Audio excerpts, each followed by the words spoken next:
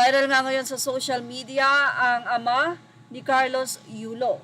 Matapos ngang mag-viral si Mami Angelica Yulo ay si Tatay Mark Andrew Yulo naman ngayon ang pinag-uusapan sa social media dahil na rin sa mga nagiging post nito about sa pagiging magulang, pagiging ama at pagiging ina.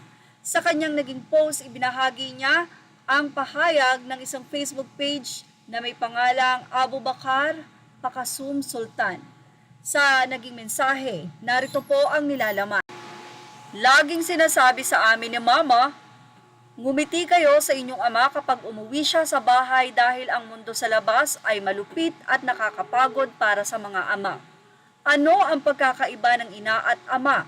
Ang ina ay nagdadala sa iyo sa kanyang sinapupunan ng 9 na buwan. Ang ama ay nagdadala sa iyo sa buong buhay niya kahit hindi mo napapansin. Ang ina ay tinitiyak na hindi ka nagugutom. Ang ama ay tinuturuan ka kung paano hindi magutom. Ngunit hindi mo agad naintindihan. Ang ina ay inaalagaan ka sa kanyang dibdib. Ang ama ay kinakarga ka sa kanyang likod, ngunit hindi mo nakikita. Ang pagmamahal ng ina ay nalalaman mo mula sa iyong kapanganakan. Ang pagmamahal ng ama ay nauunawaan mo kapag naging ama ka na rin.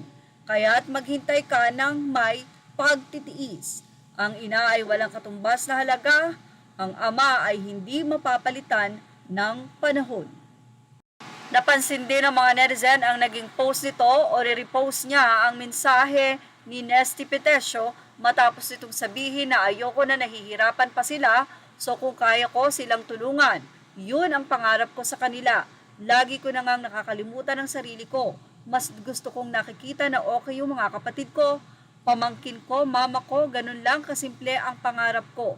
Sa nasabi nga pong post ni Mark Andrew Yulo, sinabi niyang Idol Nesty Alcaide Petesio. Yan ang pagbabahagi niya sa kanyang social media.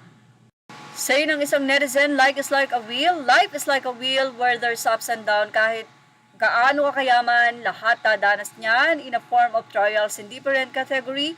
This to remind us that no man is an island. Ramdam ang pait ni tatay. May mga anak talagang matiis ang magulang, pero ang magulang hindi matitiis sa mga anak.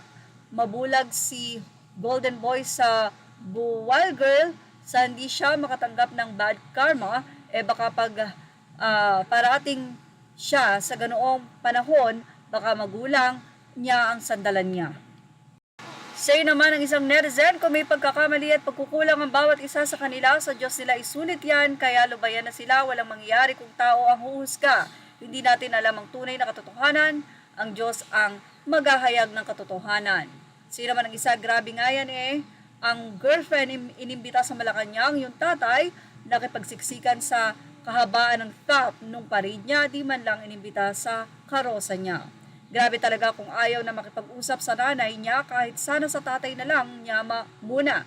Nasabi niya na nag-support sa kanya. Hi, life talaga ay buhay. One day babalik din yan sa inyo. At iyan na nga ang ating Showbiz Snap update. Images are all credit to the rightful owners. Thank you for watching Showbiz Snap. Please like, share, and subscribe.